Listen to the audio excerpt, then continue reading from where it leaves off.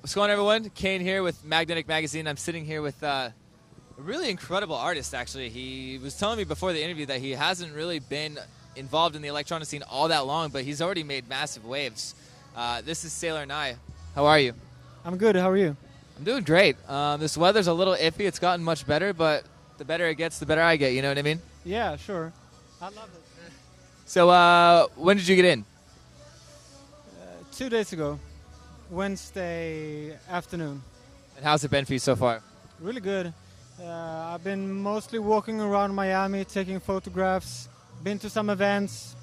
Yeah, watched Joris played 2 nights ago. It's been great. You saw him at the what is it? Don't Sit on the Furniture party? Yeah, and Kölsch, the special guest, and Giotto. Yeah. What'd you think of it? I think it was great. Yeah, small, like cozy place, but really. We were actually there. Yeah, it was a really good set. Yeah.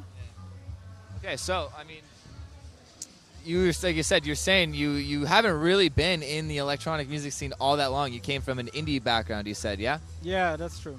So how exactly did your, I guess, electronic career begin? It began with people remixed my songs like without asking me, and I found like different mixes like when I released my first single. People just took it, and because it was only strings and the vocals, so it was easy to put the beat on. So I was a bit shocked because I didn't knew how it worked. And then I got the offer to release on Life and Death. The label used to be run by DJ Tennis and Tale of Us. And the EP I released, Turn Around, was quite like massive in the like dance scene that year. And that gave me new opportunities, like playing different events I wasn't used to attend. And that kind of experience open up your like world, like your musical universe. So I get like inspired by what I heard and what I saw, and I suddenly found myself making like a slightly different kind of productions, more electronic inspired. And then I began to collect synthesizers. Oh dear. Yeah, and like I began to like compose and produce less with guitar and piano as like the starting point, and yeah, from that. So what synthesizers do you have in your collection right now? Right now I have like my main synthesizers is 3 Roland, Juno 106, Juno 60 with MIDI, and JX3P. Then I have one of my friends, which I use a lot, is a Pro 1, Dave Smith. And I have like 2 different organs, one Casio CZ 5000, one Korg DW 8000, one Korg Poly 61. Yeah, I have a bunch of synthesizers. It's a dangerous thing to get into because you just keep wanting more and more, huh? Yeah, but I have this rule. If I haven't been using one of the synths in 6 months, I need to sell it and buy another one. So I'm not like the kind of a museum guy who collects just because it's nice to have them. I really use them, and mostly every day I try to just experience like trying new stuff with them. And as soon as I feel like I'm done with them, I just get rid of them and buy something new. Out with the old, in with the new, yeah? Excuse me? Out with the old, in with the new? Yeah, exactly. Yeah, because for me, they are just, of course, they are like beautiful instruments. They are like a piece of art, but they are also tools. Things I use to do my inner journey, which result in making music, in new songs. Speaking of new songs, the kind of the big thing with you right now is that you recently just put out an album. Tell us about the experience of writing that album, because this is really your first electronic album, yeah? Yeah. I don't know how to put it, because I think that starting to make electronic music was basically like a result of starting to perform electronic music, to take my songs, like the basic singer-songwriter thing, into the electronic music scene. So I began to like trying to take these songs into a live format where I couldn't travel with 5 other musicians. So the thing you need to do is to like, okay, how to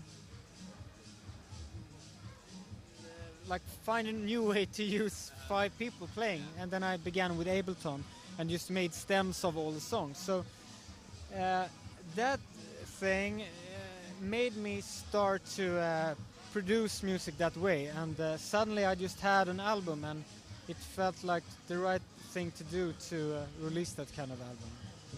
So, when it comes to albums, at least in my opinion, I feel like they really need to, or ideally would be telling a story or kind of conveying a message that the artist is trying to do. So, what was the message, or what was the overall theme, or what were you trying to convey when you wrote this album?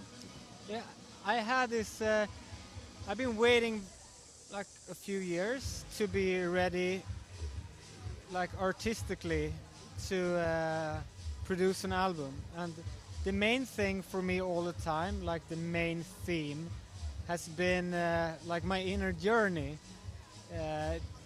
because I have like my past. I'm adopted, and I grew up with not my biological parents, and then they separated when I was 7 years old. So I have this kind of like quite like shaky childhood, so to say. So like all my like music journey has been a mix of escapism, of like trying to like open up a window to a new world, to like escape from where I am, but it's also been a way to like really finding who I am. So all these songs has been like a part of that journey. So it's not just like a cliche about the inner journey. It's actually quite personal. As it should be. I really think that's how it should be. Yeah, but for me now, when I'm almost done with the second album, which is coming later, probably this fall, but latest in the next winter, I feel I have almost the same kind of theme. It's the same things that drives me to create.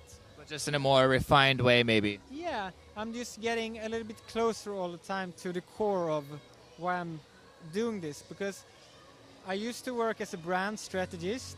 Like I earned a lot of money doing work for other clients, like, you know, strategy work.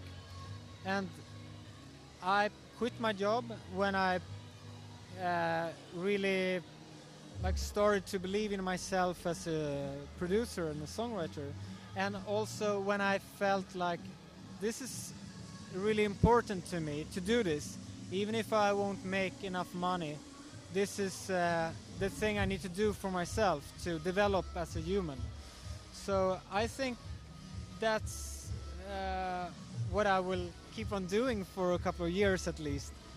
Well, I mean, your first album was amazing, and we really look forward to hearing your second album. One last question for you. I mean, I guess your journey's kind of fresh still. What is your one piece of advice you'd like to give new producers that are starting their journey?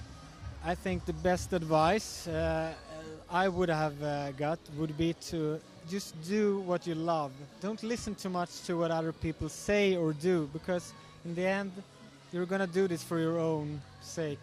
It's like trends come and go, but